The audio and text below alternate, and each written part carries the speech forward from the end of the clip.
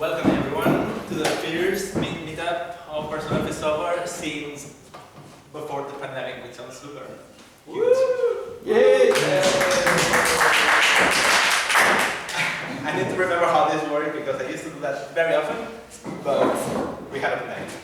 So, Barcelona Software, we're a group of software contributors and creators who are from Barcelona and the vicinities who we like to meet and do talks more or less like we're going to do today, or that's what we used to do anyway.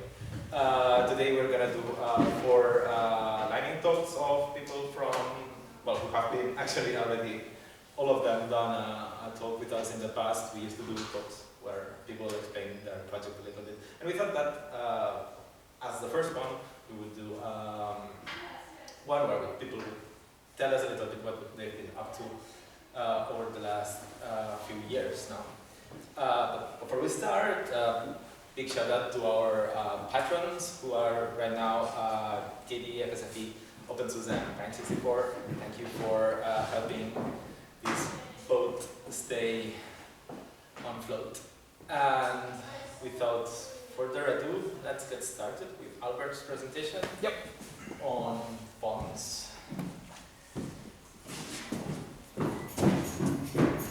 Out of the camera.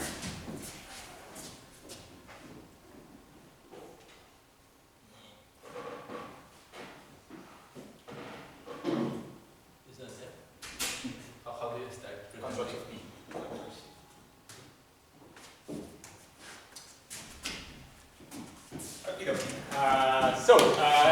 Hey, I'm Albert. I work in as a hobby in Popular and Ocular. I will explain what they are. In KD, I'm also part of the Barcelona Software team. We have very nice t-shirts that I forgot to tell you that you can buy them. I will do that next time if you want. Now I'm here to talk about this thing which I've been working pretty recently actually, which is PDF annotations, fonts for that PDF annotations, and why they are evil. Well, they're not evil, but it's not as easy as one would expect.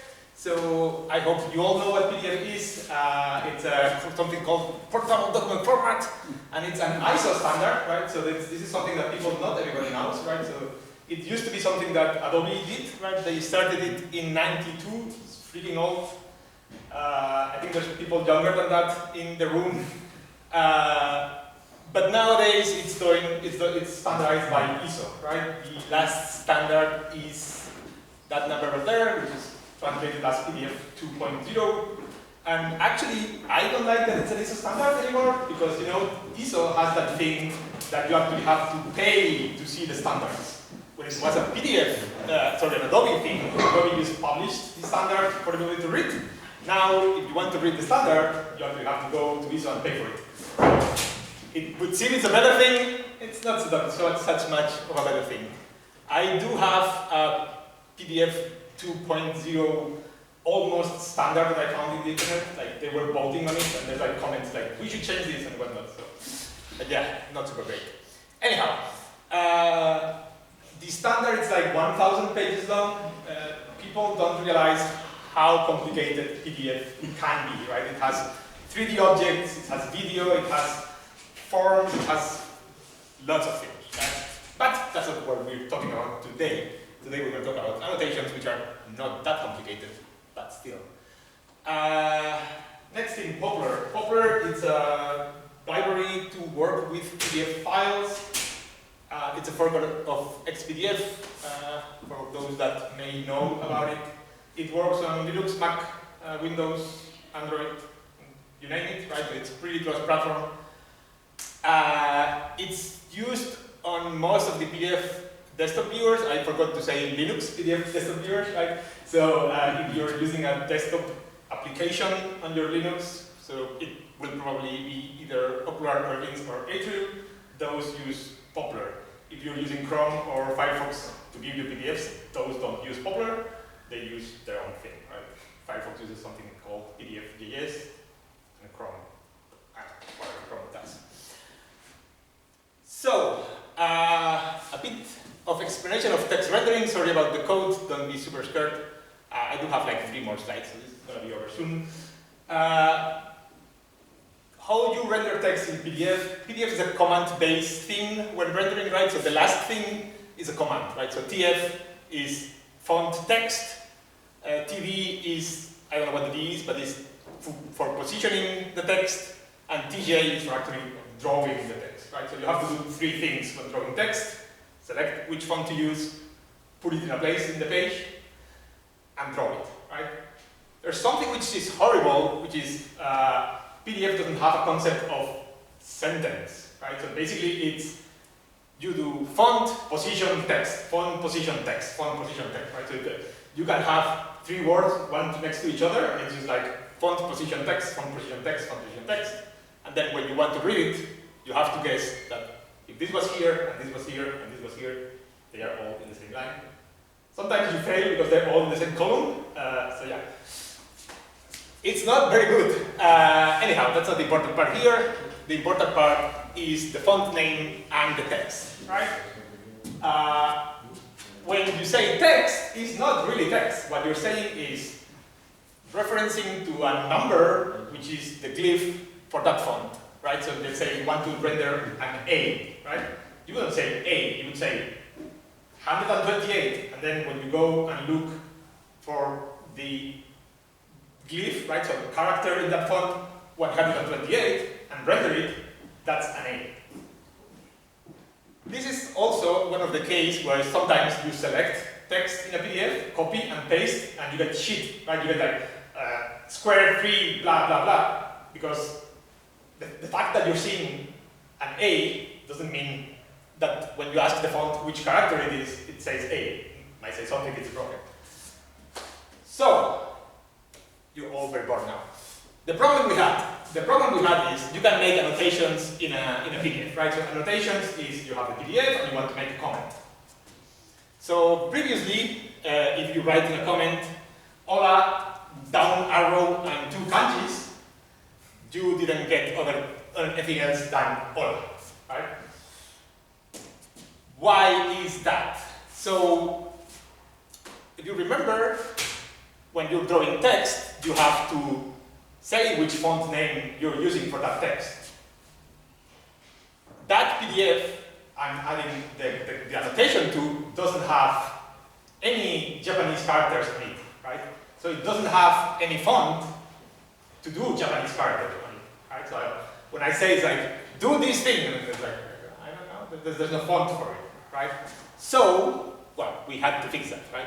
The same thing for the down arrow. The down arrow is kind of a weird character. It's like very high in Unicode, so it isn't there, right? Hola just worked by chains, right? What we used to do was say font name, and we say Helvetica, right? Maybe it works, right? Everybody has a font Helvetica on their system, hopefully, right? And that's why it worked, but it was working by pure chains, right? So what we had to do is add the font to the PDF, right? That's very easy. I mean, you're drawing the Japanese font on the right-hand side, so you obviously have that font in your system, right? So we only have to look for it, which is not that easy, but it kind of works, right? So if you're in Linux, we go to font config and ask, please font config, give me a font that knows how to do Japanese. And then it might happen that, well, that doesn't work, right? So we basically go through all the fonts in your system until we find one font that works. On Windows, we do something similar. We just go to see Windows fonts, right? There's no font config on Windows. So you just basically open all the fonts there until you find one that works. And then one problematic thing is that we used to have one code that said, render this text with this font. That doesn't work anymore because for that hola down arrow kanji, we need 3 fonts. My regular font doesn't have the down arrow either, right? So I need one font for hola, one font for the down arrow, and another font for the kanji. So what I kind of have to write that is now it's like, okay, first font, position, some part of text, second font, position, another part of text. This is easy, but I mean, it's easy when you put it on the screen, right? But doing that was not that easy. So we've had this bug since forever, right? Like if you go to the KD book tracker or the Popular book tracker, there's people complaining 10 years ago that this doesn't work. Now it works, right? That's a demo, right? I mean, it's not a demo because I didn't want to bring my computer, but it's a screenshot, right? This is a screenshot of how it looks in my computer. It's great, it works. But we fixed it like 7 days ago, right? This is part of a Popular release that was done May 3. You can't see anything in that column, I know that. But that's the red part, so the green parts, which are a few, right? So there's a bit of green here and here and here. This is a list of Linux distributions that ship that version, right? So 22.050, right? So the latest version. The green ones are the ones that ship it. The red ones don't, right? So you're pretty much screwed up, basically, right? Unless you use Arch Linux version 2, you're not gonna get that, and you're probably not gonna get that in a year, or at least 6 months, right? Because Ubuntu and Fedora and everything was released this month, so you're gonna have to wait 6 months more. Or you can use Popular's Flatpak, right? So there's one thing called Flatpak, which ships all the applications, all the dependencies of the application, and you can install it side by side with your existing system. The Popular Flatpak is maintained by us, so I updated the Popular in there, and that works. So that's good. And that's it, I think. Yes, one thing I didn't add there, this thing was nicely sponsored by a foundation called NLNet in the Netherlands, so they got me money to do this.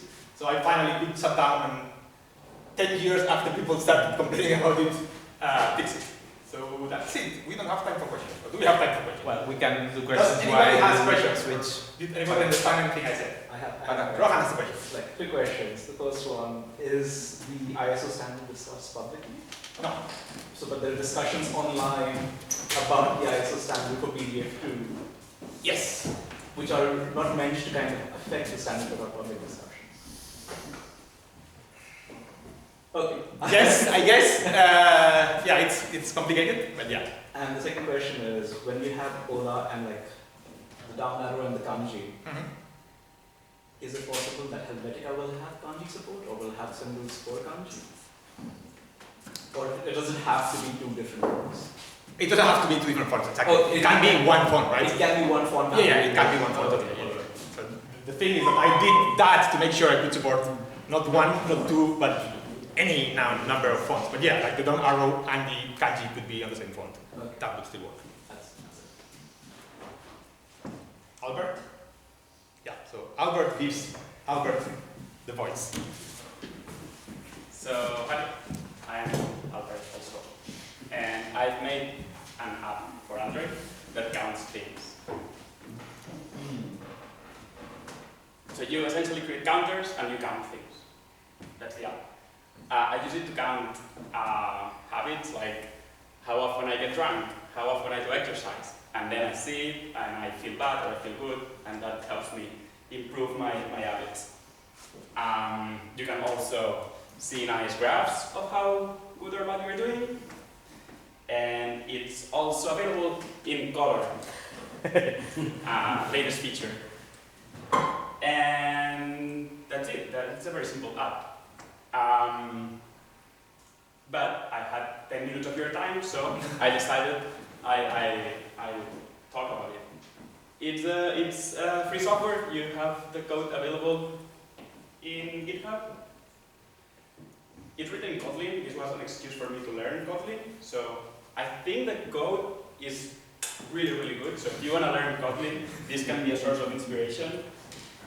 And if you want to contribute, you can either write code, but I would probably reject your patch because the app is perfect already and it doesn't need any more features. But you can help translate the app. Right now it's available in Catalan, Russian, and English. But if you happen to know some other language and you want to contribute a translation, you're welcome. And then the screenshots again, because I don't have any more content. So look at it, it's really nice. I explained it a bit like that. Yeah, essentially you create a counter, you give it a name, and then you count and it remembers the last date you did increase the counter, so you can see, oh, I haven't smoked for a month. That's really good. Or I haven't watered the plants for a month. They're probably dead now. And that's it. Okay. It's in the Play Store? Yeah. I think I have a slide. No, it's not. I don't have a slide. I have. It's available in the F-Droid, like the free Android store, F-Droid. and also in Play Play Store. So yeah, you can get it. You will be the second user probably. Which is the name? No, not iOS store? No, no, it's only for Android. Sorry. BetterCounter. No counting for iOS. We count for Figma. You can send. Send no cash that you will reject. Okay. And that's it. Who's next?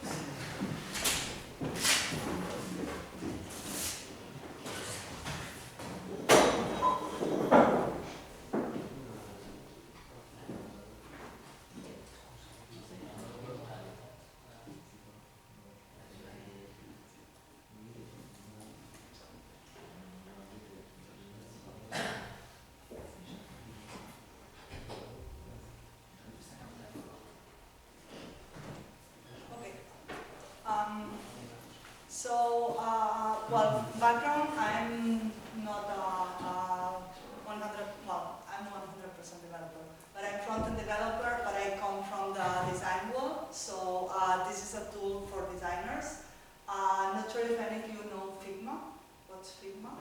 Have you heard of that? Okay, that's open source Figma. Done. Basically, this is a tool that basically helps, or the useful part is using it for UI, web, or this kind of design things. It's based on SVG, so it's not for Photoshop or something like that. It's actually part of Kaleidos. Any of you know Kaleidos? I didn't know. I thought they were famous on the open source world, but looks like not. They're based on Madrid, and they also have another open source tool that is a project management software. And for those of you that like these kind of things, it started in an innovation week, like a hackathon, and they created a product from there. The cool part on that is that it's multi-platform. Basically, it's a browser app, so you can use it on Linux, Windows, or Mac. Okay, I use multi-platform everywhere. It's based on SVG, open source. Well, it's based on HTML, SVG, and you can actually export that to CSS, HTML, or whatever. So whatever you're doing here, you can export as code. And it's open source. The platform itself is on GitHub, and you can contribute.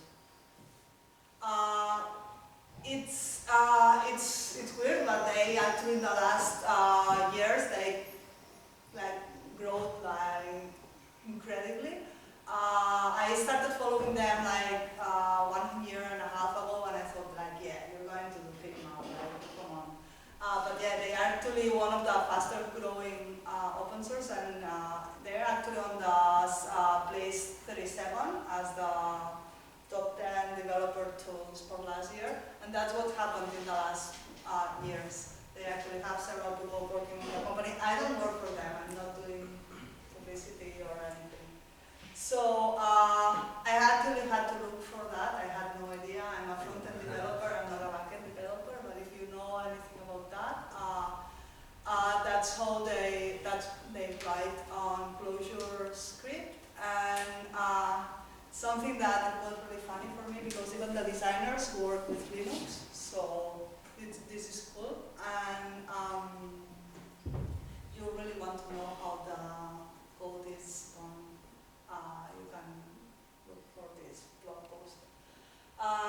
things is that they have a really nice documentation. They have a YouTube channel with a lot of followers, and you can actually learn whatever you want from that. It's in Catalan. Many of you don't care. I do care having tools in Catalan. And like really huge projects are actually building their design stuff with Penpot. I think I was, well, I don't know, I don't remember the names now, but if you watch, if you take a look at their page, like really good projects use that. And I just wanted to do some real world example here, but it looks like. Basically, any of you use any design tool in their laptop, Linux laptop, Photoshop or anything? What? Yeah. Inkscape. Maybe. Yeah. Use that from now on if you can. I mean, Inkscape is really cool, but it's kind of tied to some years ago. As a designer, I really tried super hard to use Inkscape. And if you want to use anything with NBGFs or any design thing, even if it's a website, it's basically in the left you have the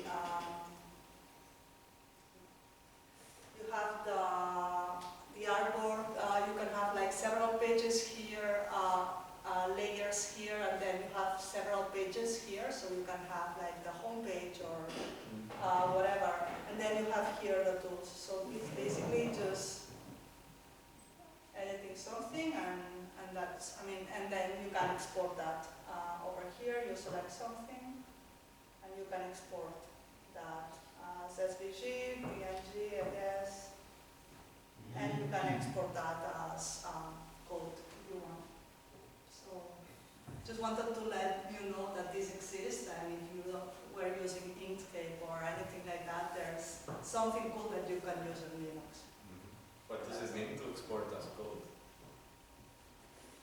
I haven't tried the feature, but for what I read on their documentation, you basically get a folder with the HTML, the linked CSS, if there is any SVG or whatever. So, I mean, you can export that as code. I mean, I don't expect to have really good CSS, but it's automatic. Better than not. Do you have something that you've designed with this that you could show? No, I actually learned the tool for this presentation. I didn't know that much. I usually use Figma, and it was a perfect excuse to learn the tool. So How was the learning experience? Do you find it easier than Figma? it's exactly the same, which is the good thing. It's not that it's easier, it's exactly the same environment, the same shortcuts, the same everything. So, I mean, I'm very sure like Figma right now is the tool if you want to design like UI stuff or anything that is not a photo. If it's digital, you should use Figma.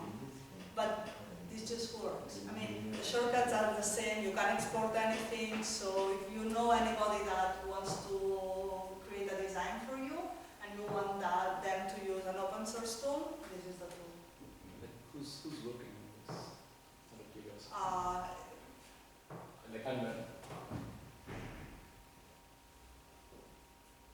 These people. no, but like the companies or just individual contributors? Well, for what I've read on their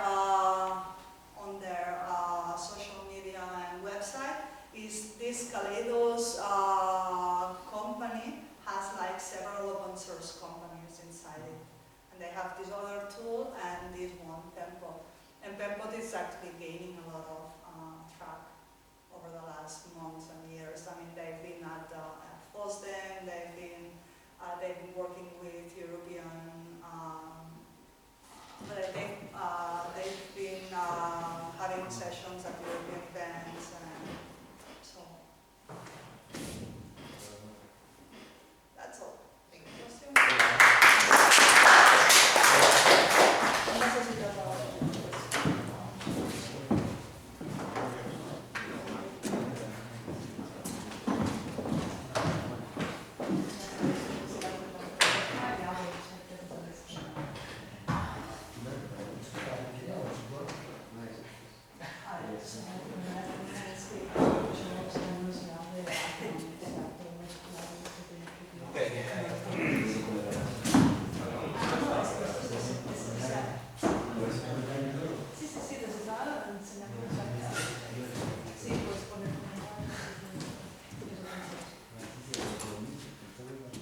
So, a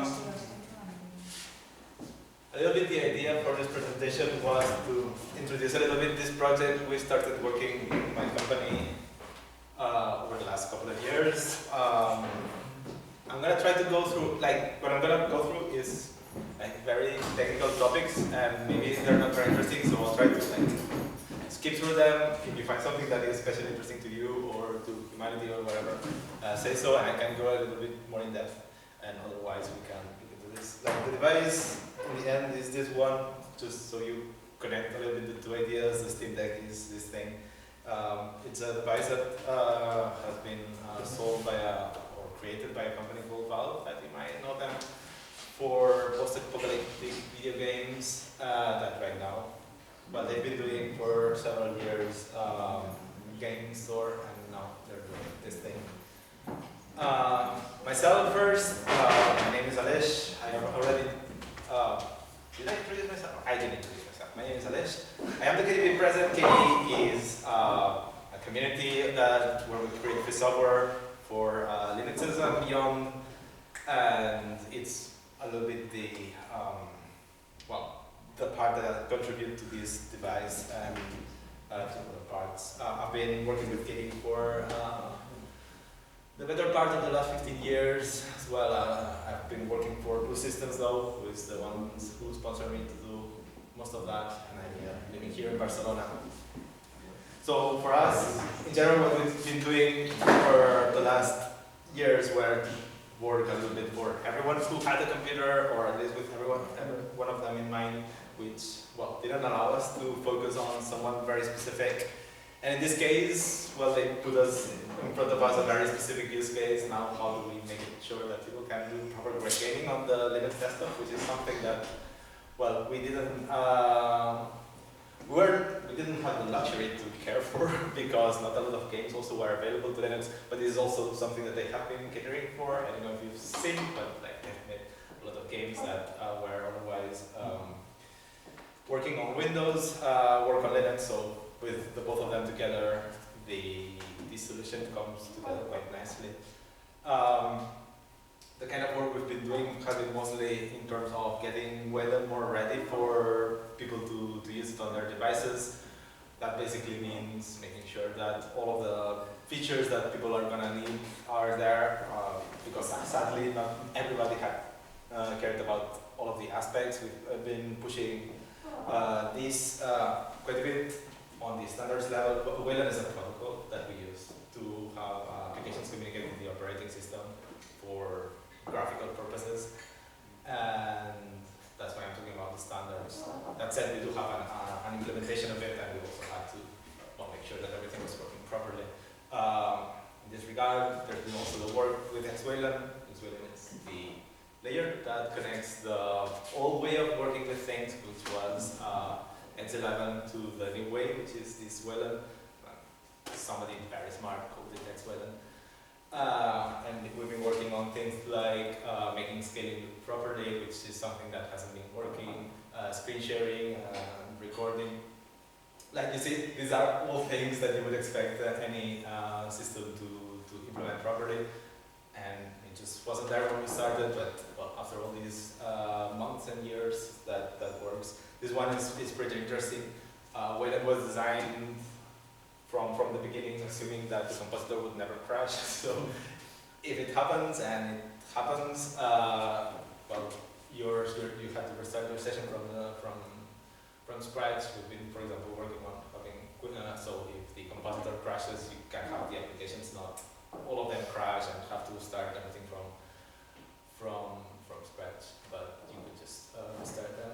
We've been also working on Flatpak, so one of the things that are interesting about the device is that you can run the applications from the store, but you also can switch into a desktop mode where you can use your system like you would any normal Linux desktop, and you can install applications, and these applications are coming from Flatpak and FlatHub, and thus we've had to work on improving these a little bit more, make sure that all of the applications can be there, because on the status quo kind of Linux, people assume that everybody has access to everything, but this is not so much the case on newer ways of distributing them. something that I also didn't really expect, but they've been very keen on is ultra wide monitors, and I'm talking about monitors that are like 21 to 9 kind of ratio. So, well, you sometimes want to be able to do things differently because if what you do normally, which is what I do on my devices, to maximize your windows.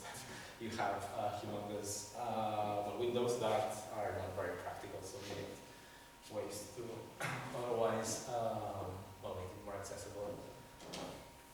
Working on startup topics, making sure that the system is starting up efficiently, making sure that the resources are properly shared, and making sure that, like I said, there's the two UXs, the gaming mode and then the desktop. I'm gonna try to show you now and see if you can see it from there.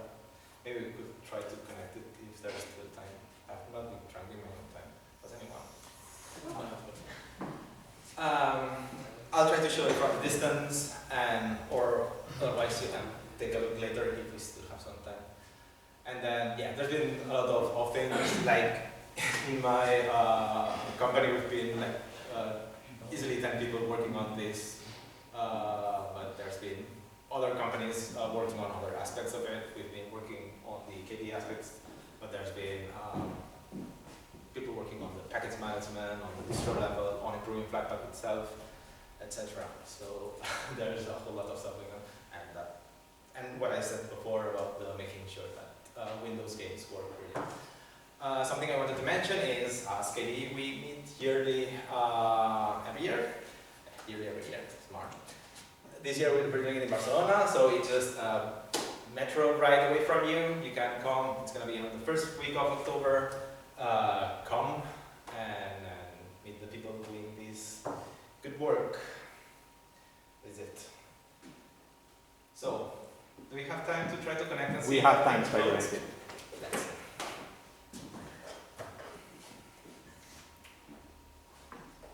See, you already connected it.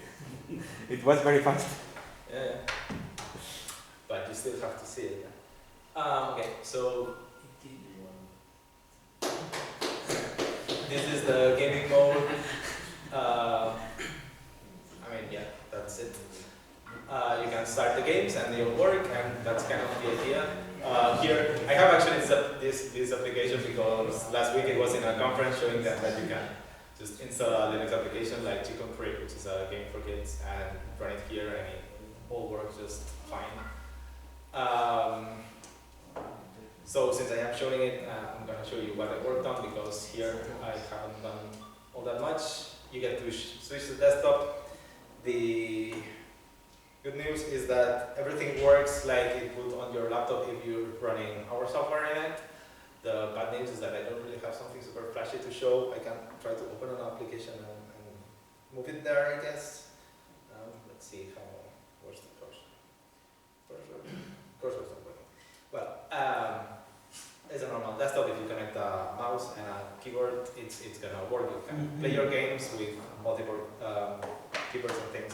Like something specific is for the gaming mode. They made it so all of your view moves into the external monitor on Plasma, like we did for the laptop. When you connect another monitor, it's just an extended thing. So you can, for example, here like play Age of Empires on one monitor, and on the other you can I don't know, be chatting with your friend and discussing how to beat the enemy or whatever. So yeah, that's kind of the idea. So right now there's Plasma in your screen, small screen, because here that's only the background, right? Yeah, that's a wallpaper. Okay, can you show the screen? Ooh, very nice. There's icons. I see that. I can make it brighter. It's okay, it's okay. Super bright. I Yeah, I'm fine with showing it to you anytime later if there's time. After Rohan, what's your favorite game? Well, I've been playing Worms. Yeah, I actually haven't played any games over the last few years, but I've forced myself to do it a little bit since, well, first I had the device, and then second, I have users caring for it, so I better make sure that things do what they're supposed to do. See it? Yeah.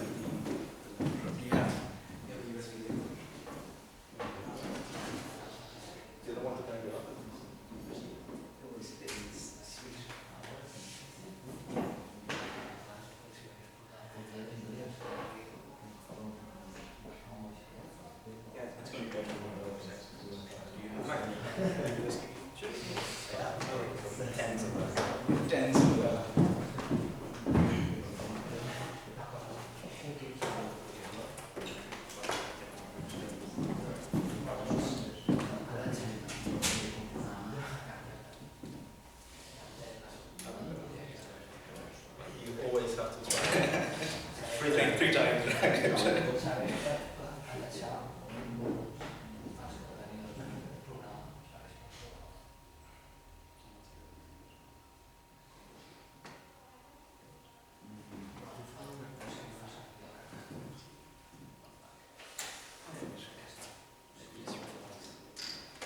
everyone, I am Rohan. I work for the Open Source Graphics Center at Intel. So if you have an Intel laptop that you bought with an Intel graphics card, Shout more. so if you have an Intel laptop with an Intel graphics card, that's my team that works on the drivers for these devices. Today we're talking to you about the XE microarchitecture, which is the next generation of GPU architecture that is coming out of Intel. The reason I'm talking about it is because we have products coming out later this quarter. The first one called Alchemist, and it's the Intel Arc line of graphics cards. It's the first line of graphic cards coming out of Intel, which is in the discrete sections. You can plug them into your desktop. They'll also be available for laptops. The architecture itself is called XE-HPG. Before we get into the architecture, I'm going to give you a crash course into single instruction multiple data. Your regular CPU this is how your regular CPU does multiplications. It does a load of the number 9, it does a multiply, and it does a store of the results back into memory. So all of this is CPU memory, and that's your RAM. So in order to multiply 4 numbers, you would have to do 4 loads from memory, 4 multiplies, and then 4 stores back into RAM. We can make this faster. We can load all 4 numbers at the same time, do a multiply, and then do a store of the results back. So that gives you 1 load, 1 multiply, and 1 store. That's a 4x increase in your regular CPU architecture. This works fantastically for things like anything related to graphics or anything related to AI these days. A lot of AI these days ends up using matrix multiplication, so and you can parallelize it heavily, which is why this kind of architecture scales very well for these applications. In the next generation of graphics that are coming out, we have 8 channels. We call these XCPUs or XE vector engines. This is the main processor or the base layer of how you do arithmetic in these devices. So you get 8 channels of floating point instructions, multiplications, additions, whatever you want to do with floating point numbers, as well as 2 channels of matrix arithmetic. So that's extended math or EM. So all of these end up being used for graphics pipelines, and all of that ends up being used for things like AI. So that's kind of like our brick for the entire architecture. Now it's essentially a matter of copy-paste things. An XE core consists of 16 of these vector engines or execution units that I showed you up here. Each one of these pipelines can consume 32-bit floating point numbers. So that gives you a total of 16 vector engines, which can do 256 bits of floating point arithmetic per engine, as well as 16 matrix engines for a total of 16 into 1024 bits. So like each matrix engine can do 1024 bits. And now we just do another copy paste. Oh yeah, we get also some caches over here, which is just, like caches to cache all of your numbers that you're throwing into these cores. We do some copy paste to kind of scale this out a little.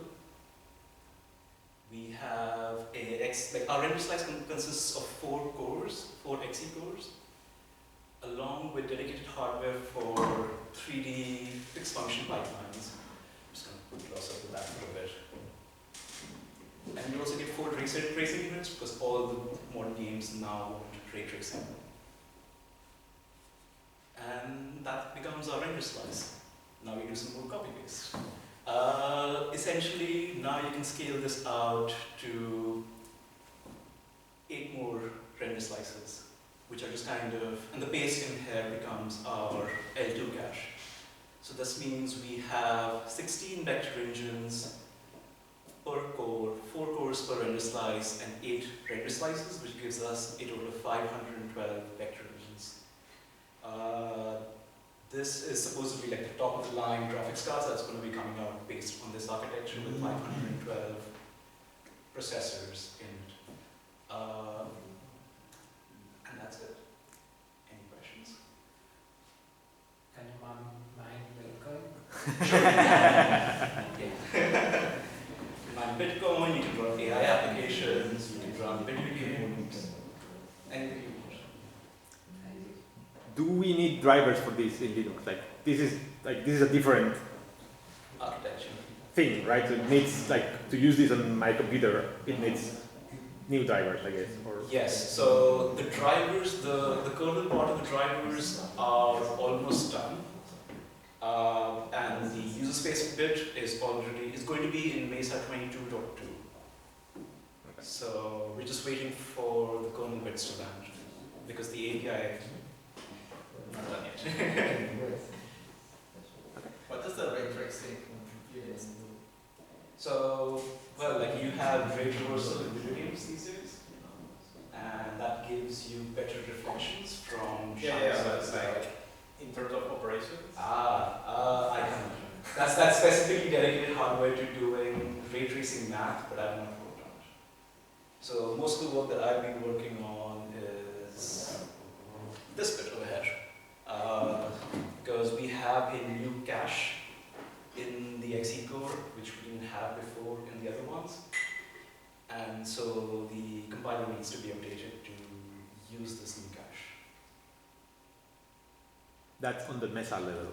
That is at the Mesa level. So your fragment shaders, your vertex shaders both need to be using that cache instead of old fetch from memory slow path.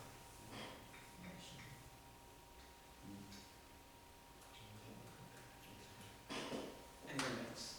When it comes to virtualization and any performance improvement that may be added to talk to the application directly without the OS, is there anything being done in that area? Not that I'm aware of, but I do know that, I'm not involved with that area, but I do know that there are, so Chrome, for example, Chrome OS is starting to use this way of using vGPUs, like virtualizing GPUs, that will allow you to split your hardware GPU into 2 separate virtual GPUs, and then only allocate the resources you need to the virtual machine. That is also done in hardware and in software, depending on how you That was going to be my next question. If you can actually split the resources and schedule things with different priorities. Yes, and on the software level you can do that with things like C groups, but on the hardware level as well, that needs more either server grade hardware or we're talking more enterprising hardware. That's why I asked you this one. One problem I have with is actually sharing the GPU, and it simply didn't work. So what we basically have is aggregation to go with that. Because we could not stop. If something went beyond the deadline, we could not stop. I see. So you want to time machine and be I want this workload to be taken out if it goes more Or suspend. or suspended. So basically enforce a very strict sharing. Very strict deadlines. So if we have something that is high priority, then it should run within the deadline. And all the stuff may be best effort. Right. It could be really, really important because if you have something that measures data from several sources and then onto something, and that's inputs into something else that is time critical, then it could be. I think that's those kind of workloads. I haven't worked with them, but also I imagine that there are things in the API, like Vulkan or the OpenGL API. What kind of workloads are you running? Cannot really say. But so 2 scenarios we have is one is real-time systems, and the other is basically maximizing utilization on the samples. And the two require similar features. I mean, like, if it's like, is it a 3D application or is it kind of like an No, AS it's application? but it does. Maybe you can reverse engineer what he's doing. It does require some primitives, but not exactly. Okay, let's have a chat, maybe. Yeah. Because I think is that something? Yeah, that- our My design work is has nothing to do with what they are trying to do. My work is actually has got to do with communication. I'll quickly say. No, This is but still I'm interested in talking. So I have more spam.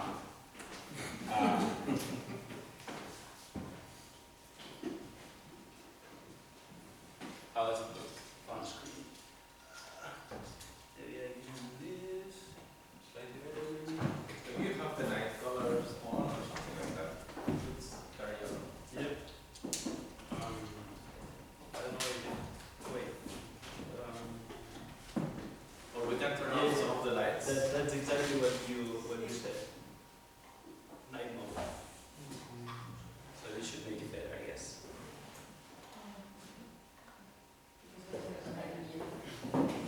Slightly better maybe? It's a bit better. It's not great, but it's a bit better. So. Yay. Okay, that's better. I like to make games, and I have a little code that I use in C++. It is called NBGF, which stands for awesome sound. Stands for an OpenShift game framework. It's a very straightforward, easy to use game framework written in C++.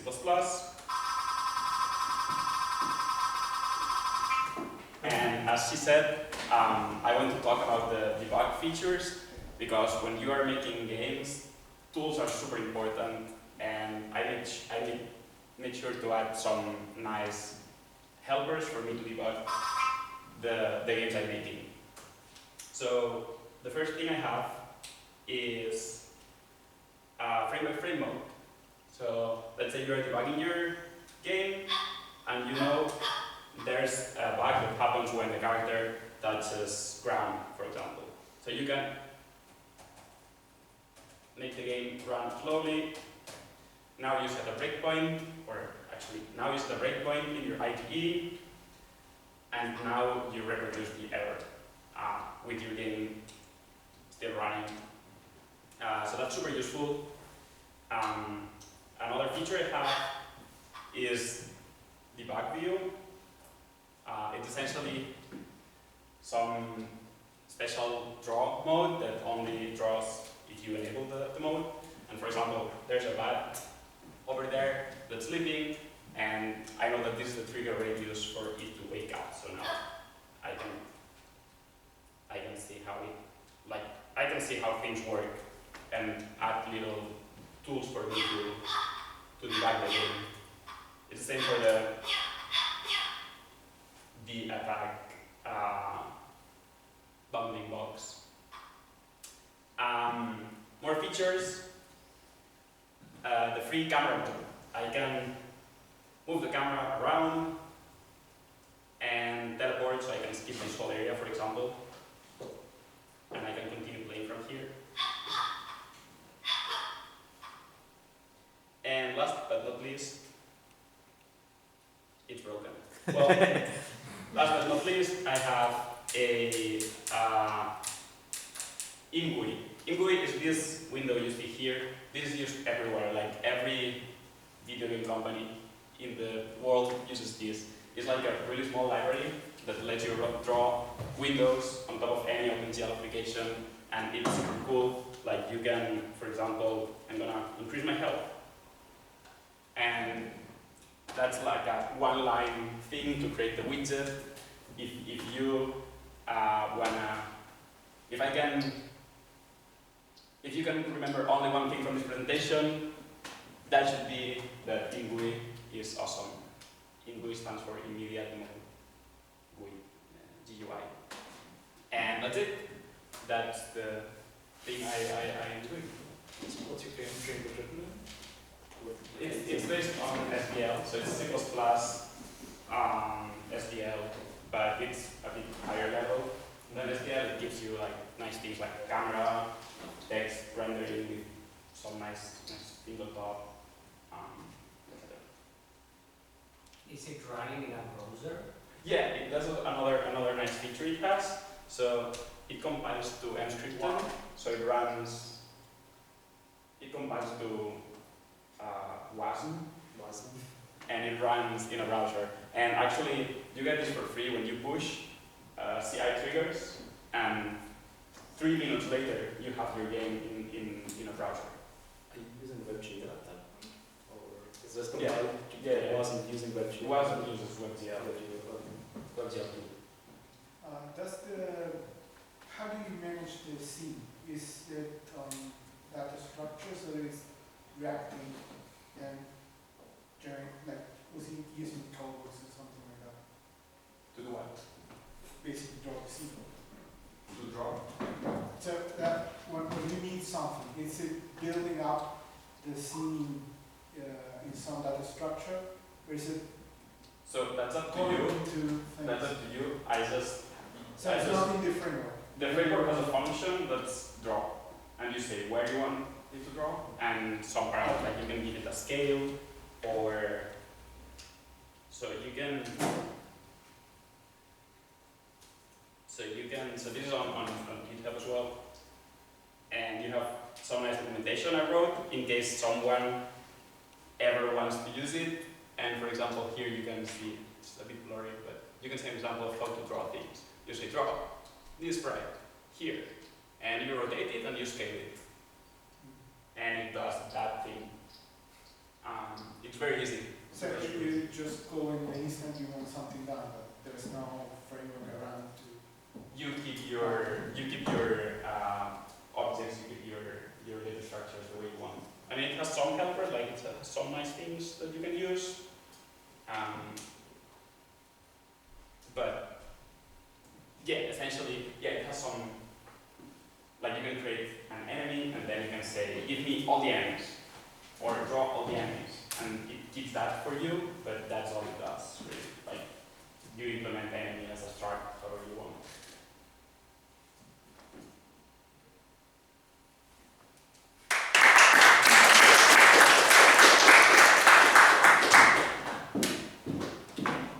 So, when we used to meet, we used to do some networking right now.